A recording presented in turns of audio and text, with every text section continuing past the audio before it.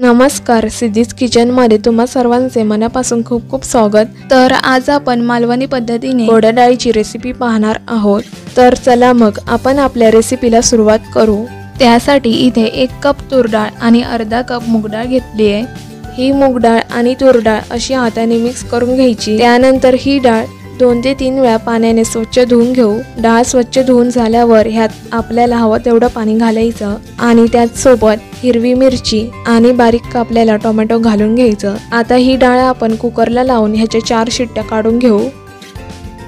तर दुसरीकडे एका मिक्सरच्या भांड्यामध्ये खवलेलं ओलं खोबरं घ्यायचं आणि ह्यामध्ये हळद, 1 चमचा जिरा आणि ह्यात थोडंसं पाणी घालून घ्यायचं। आता ह्या ओल्या खोबऱ्याचं वाटण तयार करून घेऊ।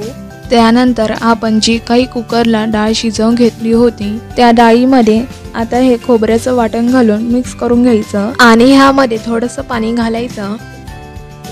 आता दुसरीकडे एका कढईमध्ये तेल गरम करून घेऊ। तेल गरम झाल्यावर ह्यामध्ये मोहरी, हिंग आणि कढीपत्ता घालून परतून घेऊ। आता ह्यामध्ये शिजवलेली डाळ घालून घ्यायची आणि हे असं चमच्याने ढवळून घेऊ। त्यानंतर ह्यामध्ये पाणी घालून घेऊ आणि ही डाळ पुन्हा एकदा ढवळून घ्यायची। ह्यामध्ये आता चवीनुसार मीठ घालायचं। ह्यात आता बारीक कापलेली कोथिंबीर घालून घेऊ आणि ही डाळ उकळी येईपर्यंत ढवळून घेऊ। तर तुम्ही इथे बघू शकाल की आपल्या डाळीला उकळी आलेली आहे आणि आता आपण गॅस बंद करून घेऊ। तर ही अस्सल पारंपरिक मालवणी पद्धतीची डाळ तुम्ही सुद्धा घरी बनवून जरूर ट्राय करून पहा। आणि आजचा व्हिडिओ तुम्हाला आवडला असेल तर आजच्या व्हिडिओला लाईक करा, शेअर करा।